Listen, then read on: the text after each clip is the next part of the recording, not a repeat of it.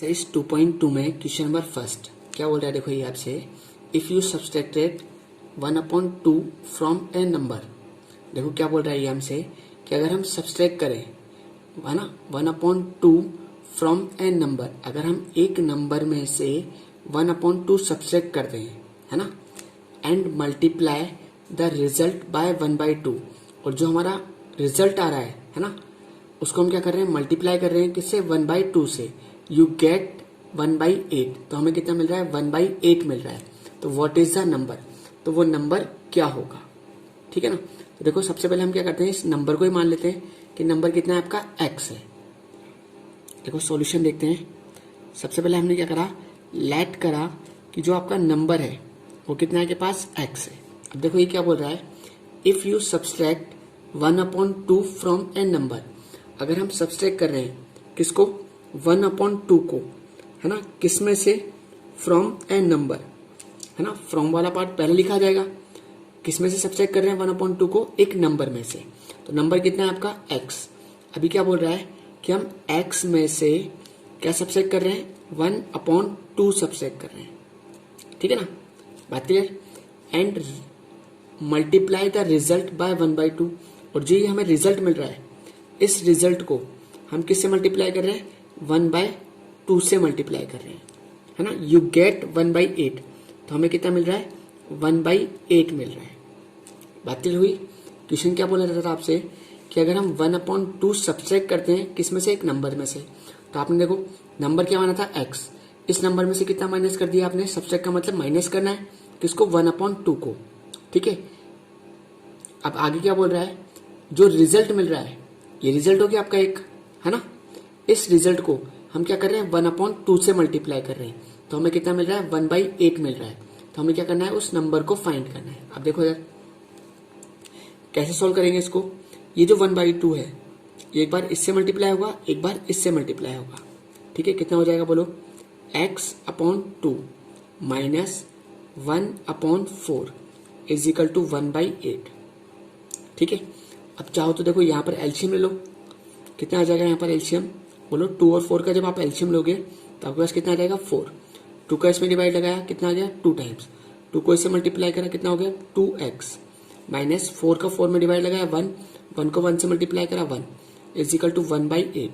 अब हम क्या कर लेते हैं इसको, इधर भी पूरा अपॉन है और इधर भी पूरा अपॉन है ना, तो हम इनको क्या कर सकते हैं, क्रॉस मल्टीप्लाई कर सकते हैं।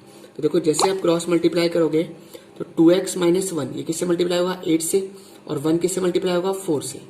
क्या बोला आपने, 2x माइनस 1 ये किससे मल्टीप्लाई होगा, 8 से, और 4 किससे मल्टीप्लाई हो जाएगा आपका, 1 से।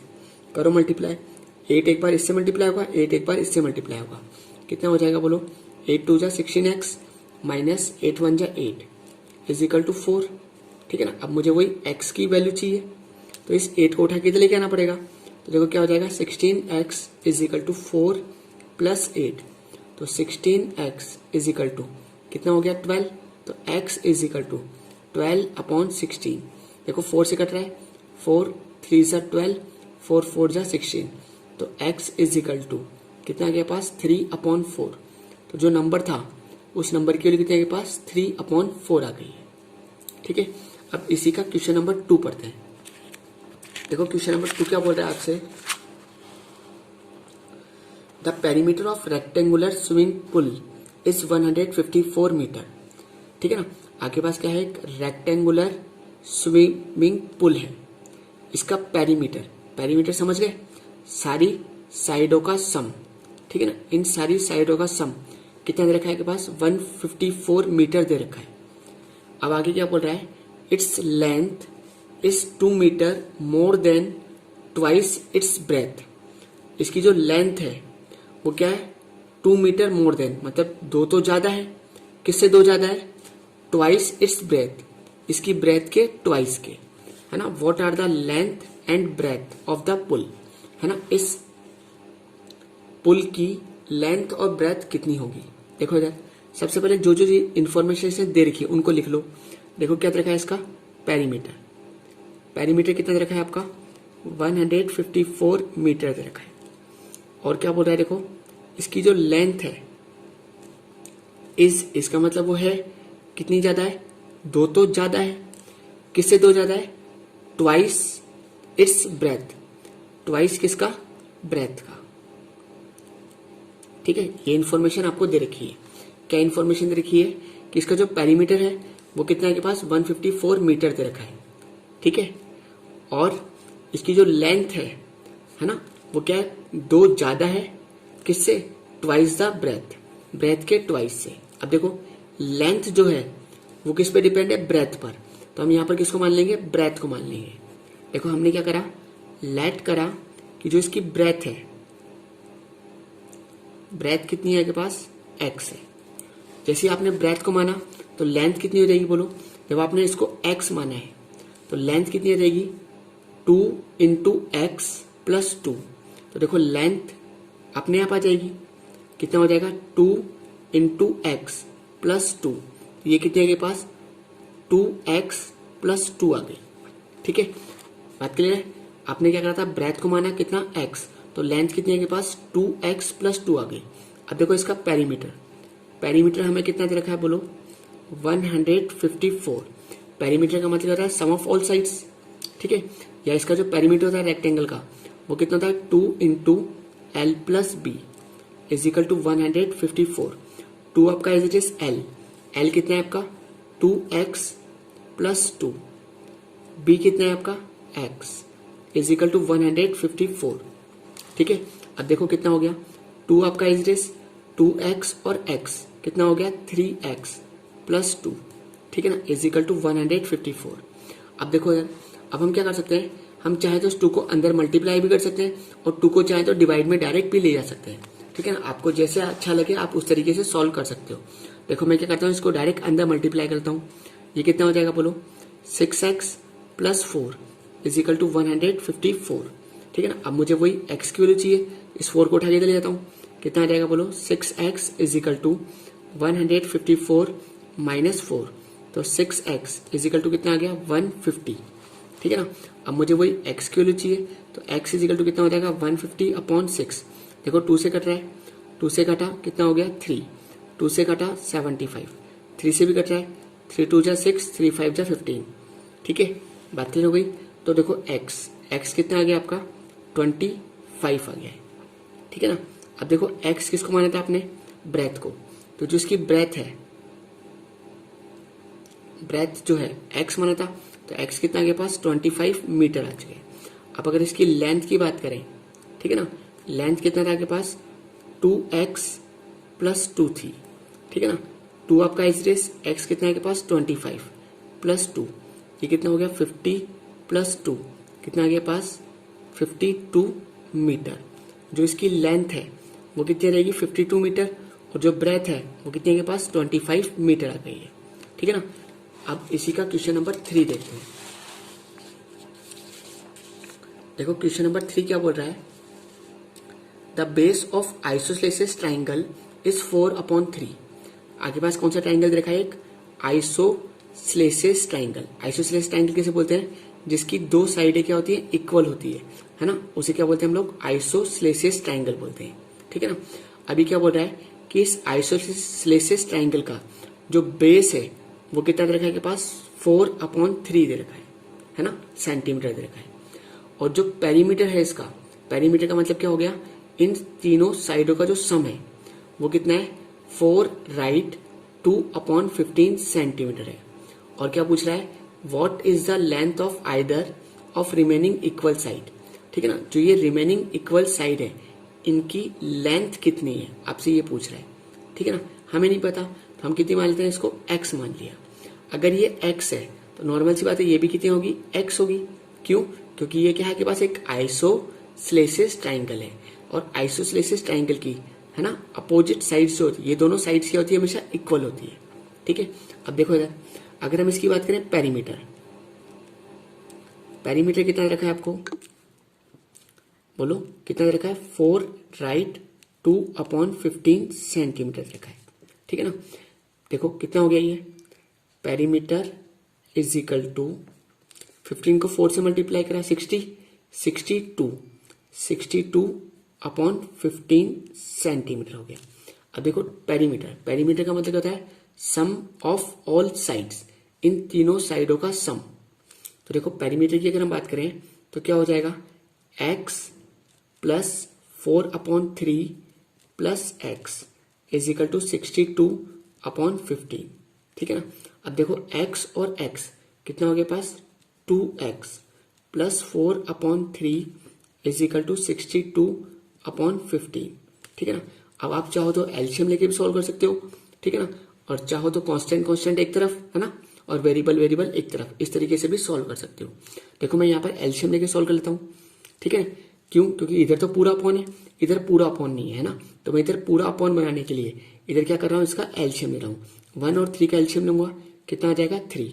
1 का इसमें डिवाइड लगाया, कितना टाइम्स आएगा 3 को इससे मल्टीप्लाई करा, 3 2 जा 6x प्लस 3 का 3 में डिवाइड लगाया 1 को 4 से मल्टीप्लाई करेंगे 4 इज इक्वल टू 62/15।